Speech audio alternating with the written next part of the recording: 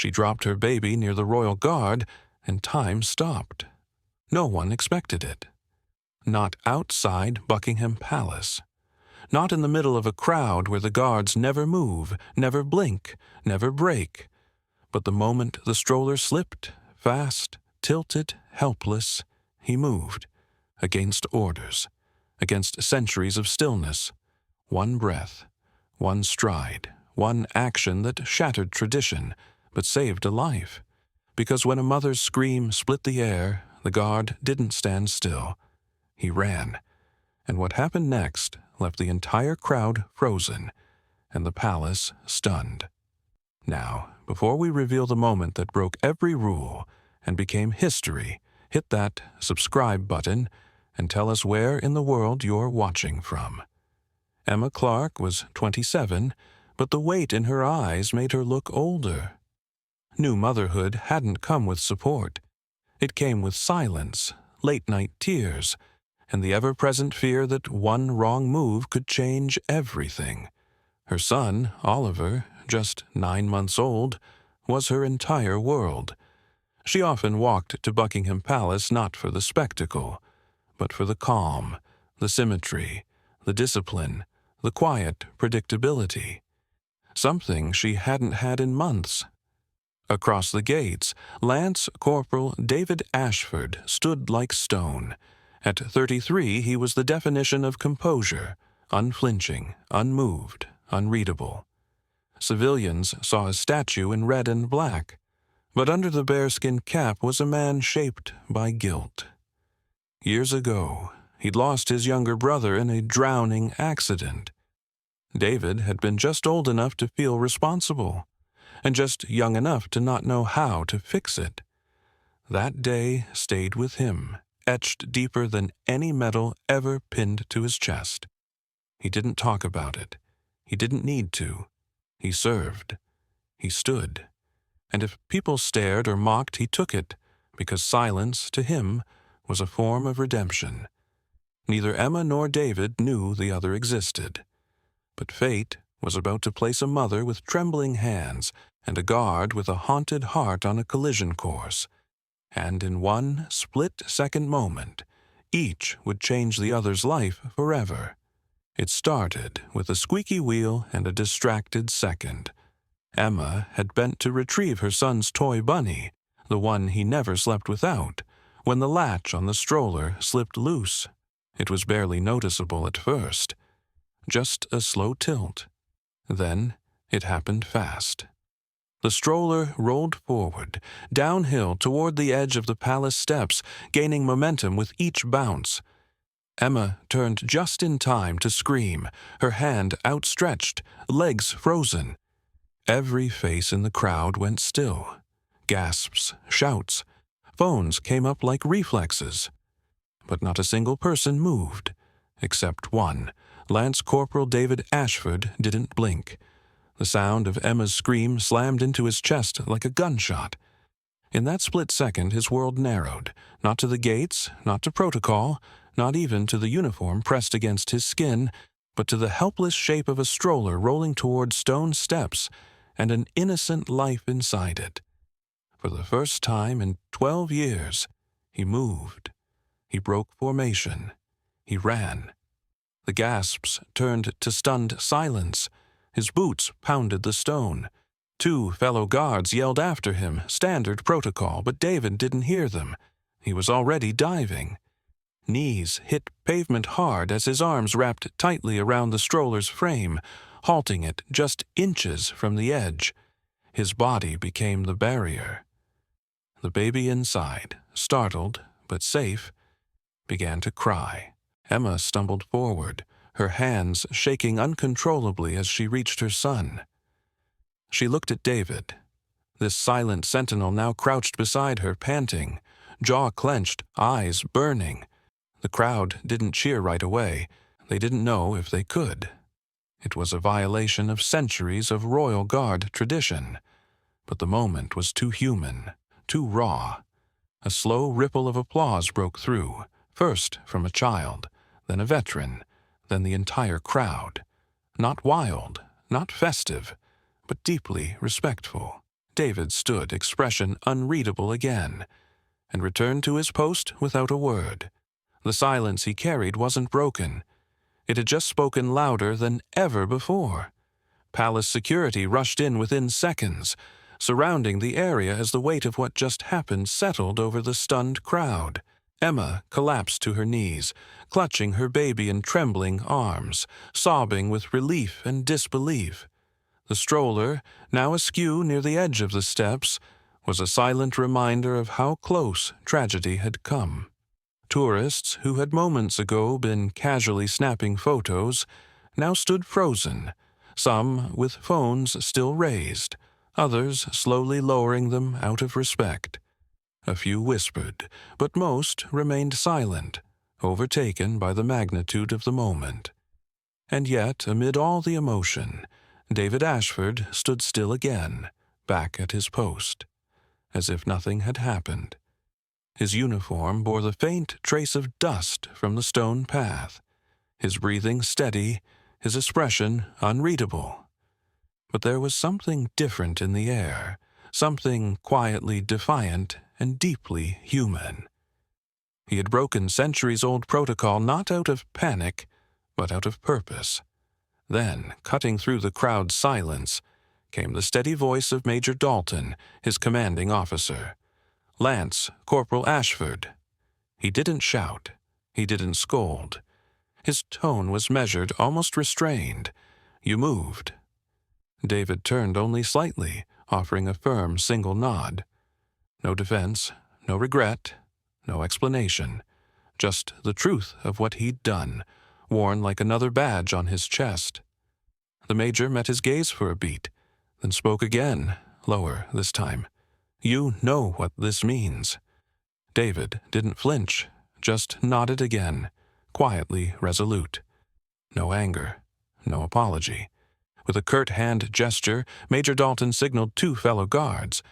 They stepped forward with quiet precision, not to punish, but to escort. David walked between them, his head high, his steps unshaken. He didn't look back at the baby he'd saved, nor the mother still holding him. But everyone watching knew. This wasn't a guard abandoning post. This was a man who understood the cost of doing the right thing, and paid it without hesitation. Within just a few hours, footage from the palace gates had gone viral, captured from multiple angles, the moment Lance Corporal David Ashford broke formation and sprinted toward a runaway stroller played on news loops, Instagram reels, and Twitter threads. The sound of the mother's scream, the blur of red uniform in motion, the hushed crowd, the baby in his arms. It wasn't just a scene, it was a symbol, and the internet exploded with opinions. The hashtag Royal Hero began trending within the hour, first in the UK, then across the globe. Influencers reposted it with emotional captions. Journalists debated the implications.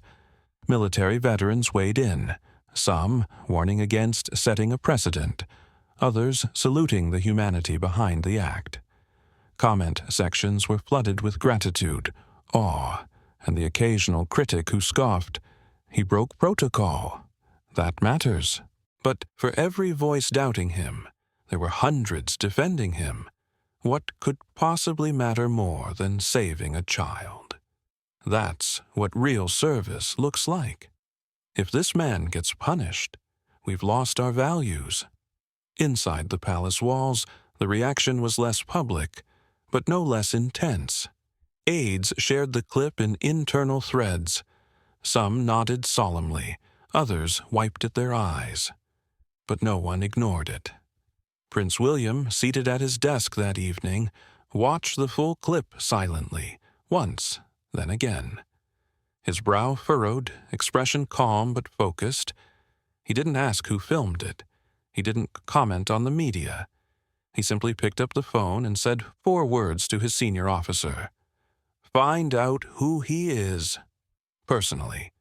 At 12 years old, David Ashford stood frozen at the edge of a park pond, his younger brother's laughter turning into shrieks as he slipped beneath the water's surface. It had happened so fast. a toy boat drifting too far, a playful chase, and then nothing. People were around, but no one acted quickly enough, not even David. By the time help arrived, it was too late. The guilt calcified into silence, a stillness that followed him into every part of his life. That moment became the quiet engine of every decision he made. Years later, when he joined the Royal Guard, it wasn't out of patriotism alone. It was discipline he craved. Structure. The kind that told you when to move, when to stay still, and how to protect without hesitation. Standing guard, emotionless and unmoving, became his way of atoning, a way to control what once slipped away because of fear and hesitation. But the day the stroller rolled, something ancient stirred inside him, an instinct stronger than the code he had pledged his life to. In that split second, the image of his brother surfaced with terrifying clarity. The reaching hands, the helpless cry, the suffocating quiet that followed. He couldn't bear to witness it again, not in any form, not with another child. So he moved. He didn't think. He didn't calculate. He just acted. Because this time, he was no longer 12. And this time, he wasn't too late. Emma sat across from David in a quiet room tucked behind palace gates. No cameras, no reporters, no ceremony. Just a mother and the man who changed everything in a single moment. Her hands trembled slightly as she handed him a letter, carefully folded, her words written in dark ink on soft parchment. "You didn't just save my son," she whispered, voice catching. "You saved me too." David took the letter without a word, his expression unchanged, but his eyes, sharp, disciplined, held something unspoken. He nodded once, the kind of gesture that meant more than any speech. For Emma, it wasn't just about the physical rescue. It was about the invisible weight she'd carried since her son was born. The fear of failing him. The loneliness of bearing so much without being seen. In those terrifying seconds as the stroller slipped away, she felt herself unravel, and then David appeared, breaking the rules to restore her world. Outside that quiet room, something bigger was happening. News anchors revised their tone.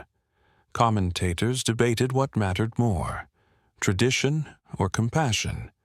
The footage of the guard sprinting from his post had already touched millions. But it was Emma's letter that turned a viral moment into a national mirror. People weren't just applauding David's courage.